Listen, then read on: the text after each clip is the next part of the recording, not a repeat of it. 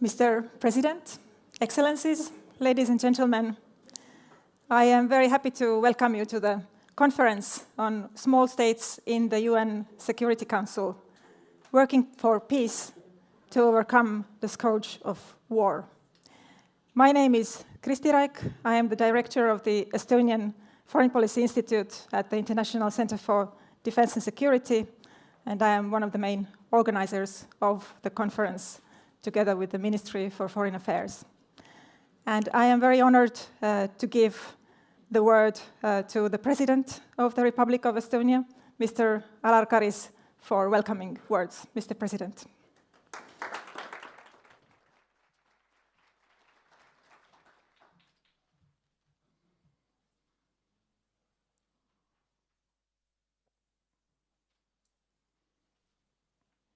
Dear Ministers, Excellencies, ladies and gentlemen.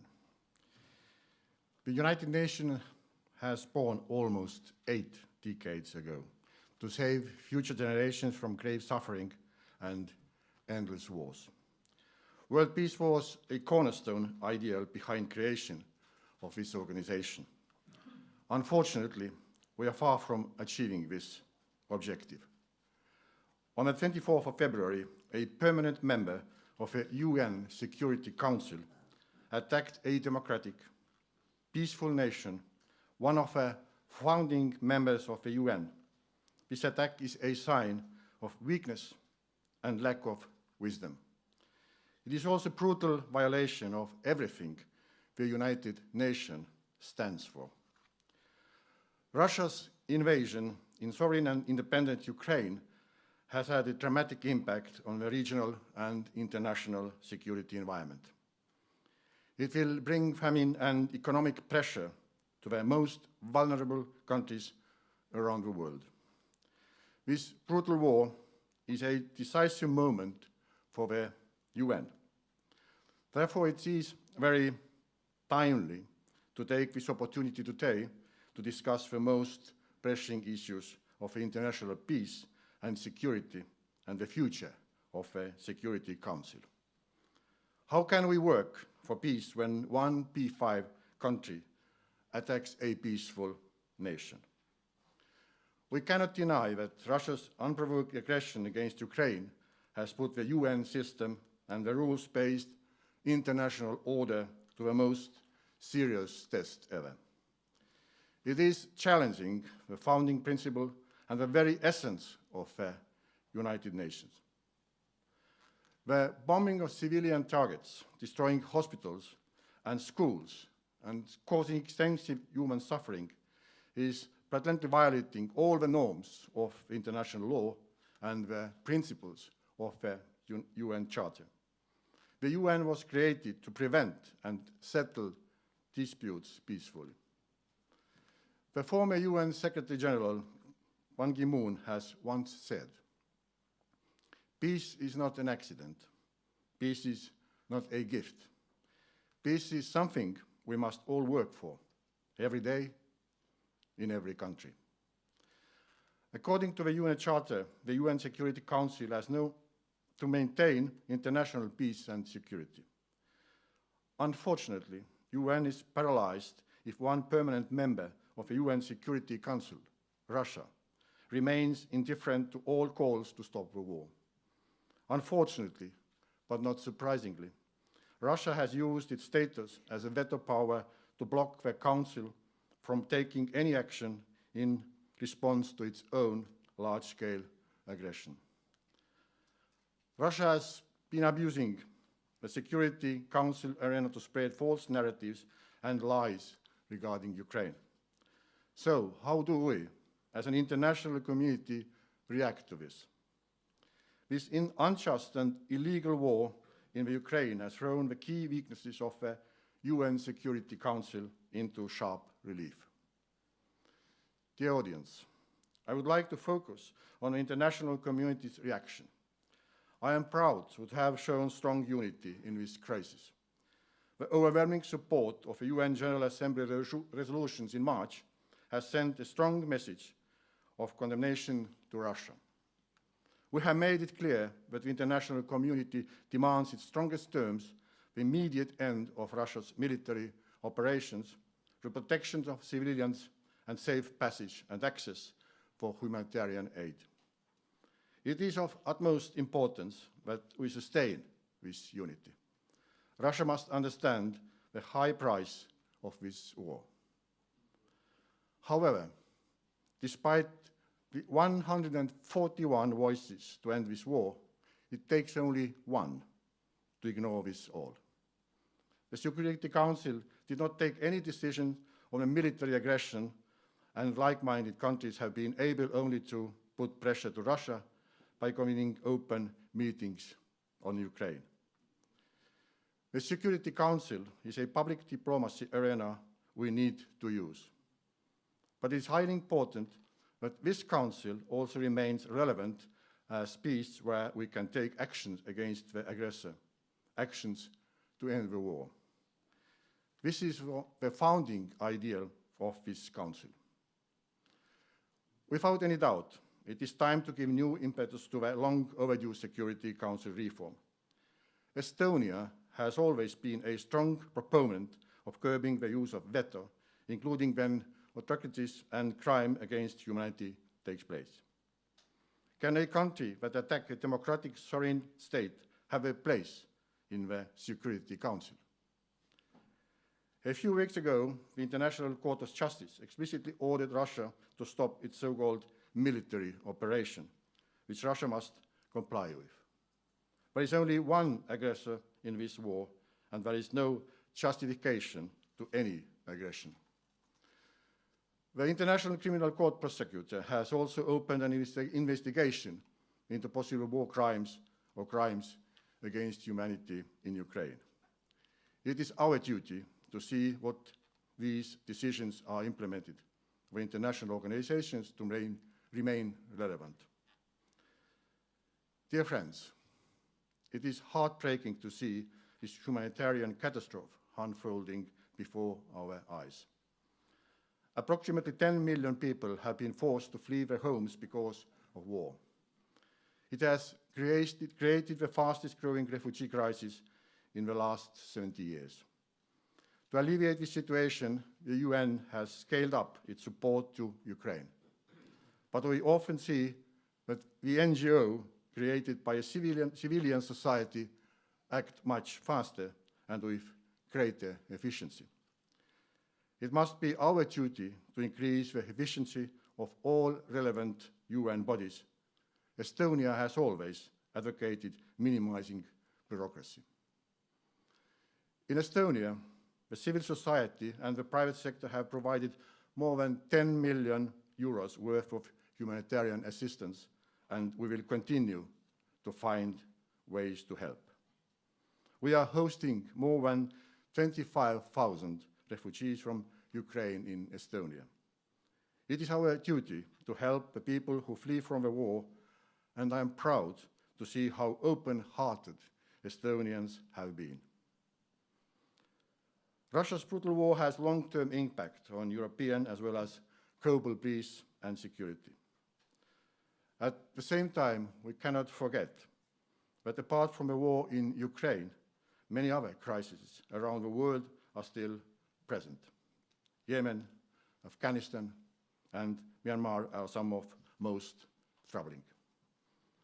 I do not envy current and future Security Council members who are obliged to find a way to work with Russia to solve these conflicts. I hope that our distinguished panelists will reflect on these complex questions today. Clearly, the world will never return to 23rd of February again, and there cannot be business as usual with Russia anymore. Having exposed all these challenges, should we fear the collapse of the UN system? There is no such a danger.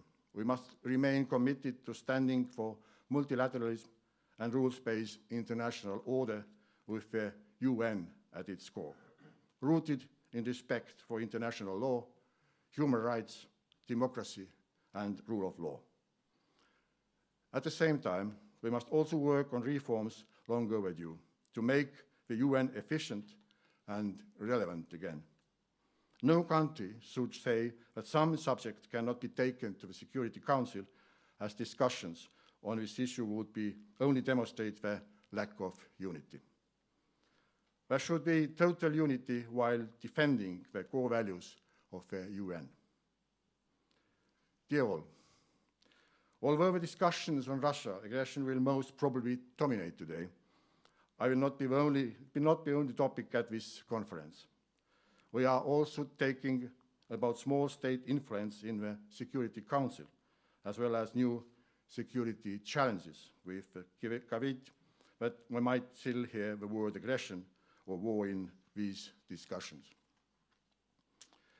Based on our experience as an elected member of the UN Security Council, I can confirm that an elected member can also have a clear impact in the Security Council. Estonia brought cybersecurity to the Council's agenda, and it was definitely one of our greatest achievements. Cautious step-by-step approach and outreach towards friends and partners, the key for success.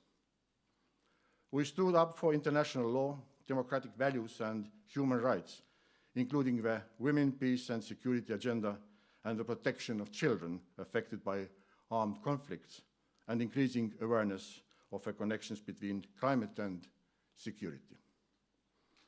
Our overreaching aim was to make sure grave human rights violations, be it in Ethiopia, Afghanistan, Yemen, Belarus or elsewhere, do not go unnoticed. Considering worrisome developments in our region already then, we put much effort into keeping the Security Council focused on our region, Belarus, Crimea of Ukraine, and Georgia. We organized area formula meetings in order to give voice to those who have been suppressed, silenced, and harassed. In this context, I am glad that Mrs. Svetlana Tikhanovskaya, who was twice a guest speaker in an area formula meetings, is also here today. Elected membership provides small states with an opportunity to play a role in global affairs that is disproportionate to its size. Therefore, I encourage you to be ambitious in taking your priority areas forward. Looking back to Estonia's 2-year term in the center of global crisis diplomacy, great power rivalry was surely present throughout. I personally saw tensions when I participated in the UN Security Council meeting on peace and security in the context of climate change at the beginning of December. A few days after the meeting, the Council, unfortunately, rejected draft resolution on climate and security despite overwhelming support among wider UN membership. This resolution would have been a first and necessary step toward integrating climate-related security risk to UN conflict prevention strategy.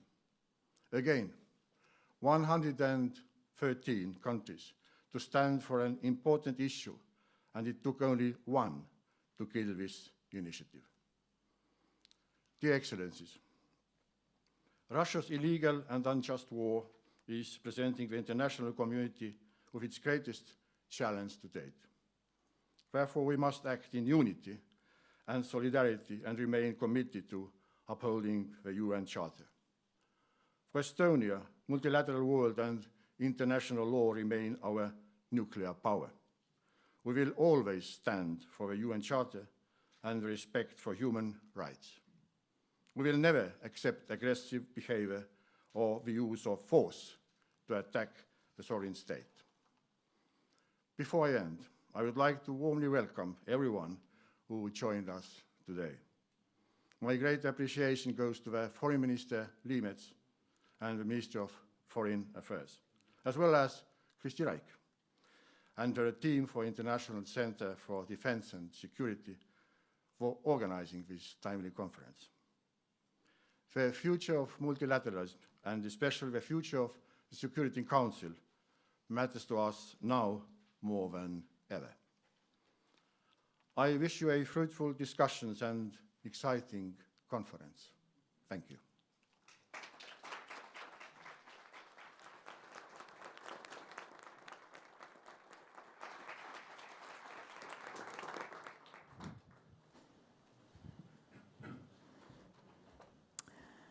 Thank you very much, President Alar Karis, for highlighting some of the key issues to be discussed today. Now it is time to hear a video greeting by the Secretary General of the United Nations, Antonio Guterres. I thank Estonia for hosting this high-level conference and for your steadfast support to the United Nations. Small states are on the front lines of global crises, including the widening impact of the war in Ukraine. Countries in the region are directly affected by the arrival of refugees. But even those far from Europe are faced with skyrocketing food, fertilizer and energy prices as a result of the war. Small states have an essential role at the United Nations. They rely for their security on the norms in the Charter and the body of international law. Small states recognize that their future hinges on international cooperation for the common good and that their security depends on the norms set out in the UN Charter and the body of international law. Borders are not to be redrawn at the whim of great powers. Territorial integrity and sovereignty are sacrosanct for small states just as for large. The United Nations Charter is based on the sovereign equality of all its members. It calls for respect for the principle of equal rights and self-determination of peoples. We cannot allow these norms to be undermined. All disagreements must be resolved by dialogue. That is what brings us together as United Nations, guided by the Charter. And that is why many small states are among the strongest and most effective advocates of multilateralism. And today, multilateralism is under attack from all sides. The climate and biodiversity crisis, the COVID-19 pandemic, and enormous inequalities pose a threat to all three pillars of the work of the United Nations.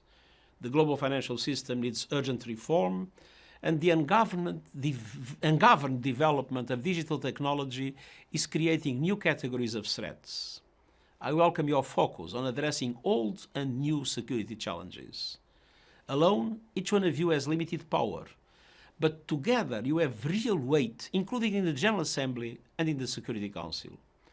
Small states can provide support to multilateral efforts to address complex peace and security issues by serving as mediators, supporting peacemaking and peace building, and advocating for women's participation in peace processes. You can contribute peacekeepers, and you can become thought and policy leaders on emerging issues, as Estonia has done so successfully on cybersecurity. A world in crisis needs action, cooperation, and trust. It needs every country to do its part, and I count on the continued engagement of small states, and I thank you.